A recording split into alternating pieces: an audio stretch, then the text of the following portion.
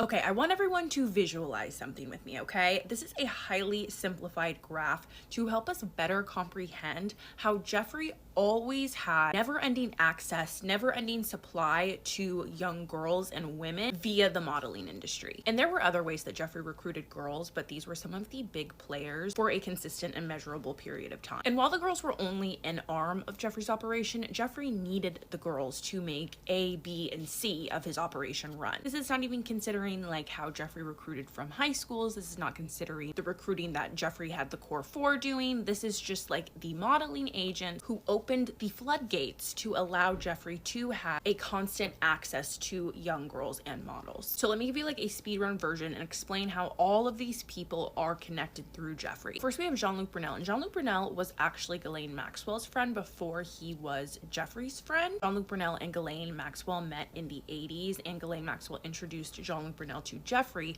whenever she and Jeffrey began dating. It's very obvious how close Jean-Luc Brunel and Ghislaine Maxwell were from just the photos that the DOJ released alone. He was the head of Corinne Models. He traveled around the globe scouting for models before he would ultimately go on to found MC2 Models. MC2 Modeling had multiple different locations throughout the globe, including the blue and white state, hence the gear. You know, Amanda Angaro, who we've been covering extensively, she started out modeling for Jean-Luc Brunel before she even met Paolo Zampoli. Jean-Luc Brunel was especially depraved, and he would bring Jeffrey victims as young as 10, 11, and 12 years old. Virginia Giuffre named Jean-Luc Brunel as one of the men who took advantage of her. A lot of the models who signed to Jean-Luc Brunel would be housed at Jeffrey and his brother Mark's apartment complex at East 66th Street, which is basically like the stables that Jeffrey housed his victims and some female co-conspirators in. And this is also where Jeffrey would send his friends to take advantage of the models and girls and victims whom he housed